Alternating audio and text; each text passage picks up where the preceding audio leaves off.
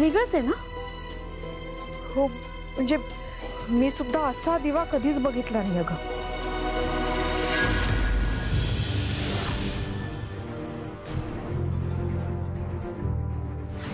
हे काय? काही नाहीये, दिवा आहे.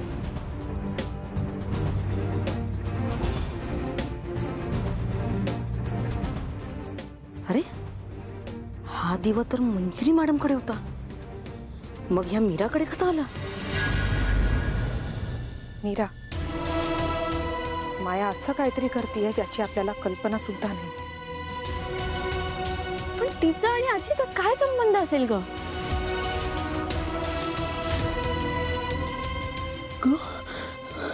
म्हणजे नक्कीच कोणीतरी आले. बहुतेक आजी आल्यावर तुझं सगळं चांगलं होतं हे तिला बघवत नसावं असेल, म्हणून कदाचित ती त्या दिवशी आजीला शोधायला गेली होती. ऐ, तू आधी हा दिवा जपून ठेव. हो, बरोबर बोलतेस तू ताई.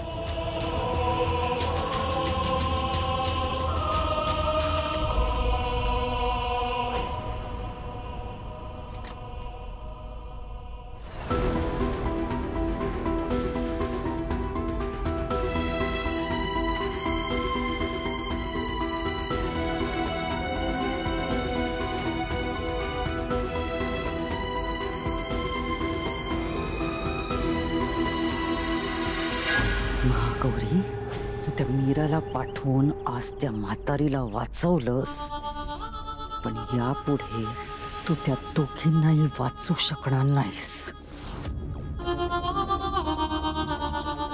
मॅडम मॅडम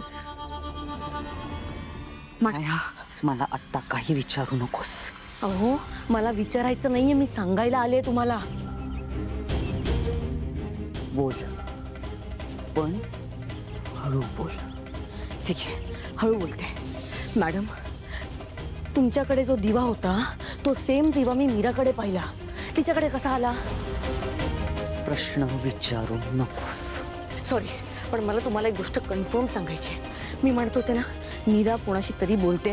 आता ती गोष्ट कन्फर्म झाली आहे, ती बोलते मॅडम. मी तिला स्वतः ऐकलंय. बघा मॅडम, ती ज्या कोणाशी बोलते ना, तो आत्मा, ती एक बाई आहे. हा, बाईचा? हो, कारण ती ग असं म्हणाली, म्हणजे तिचा काही संबंध नाहीये ग असं म्हणाली. आता रे म्हणाली असती तर तो मेल असता, पण ती रे नाही म्हणाली, ती काही संबंध नाहीये ग असं म्हणाली. आणि ग म्हणजे बाई, त्यामुळे तो आत्मा बाई आहे. मी कन्फर्म सांगते तुम्हाला.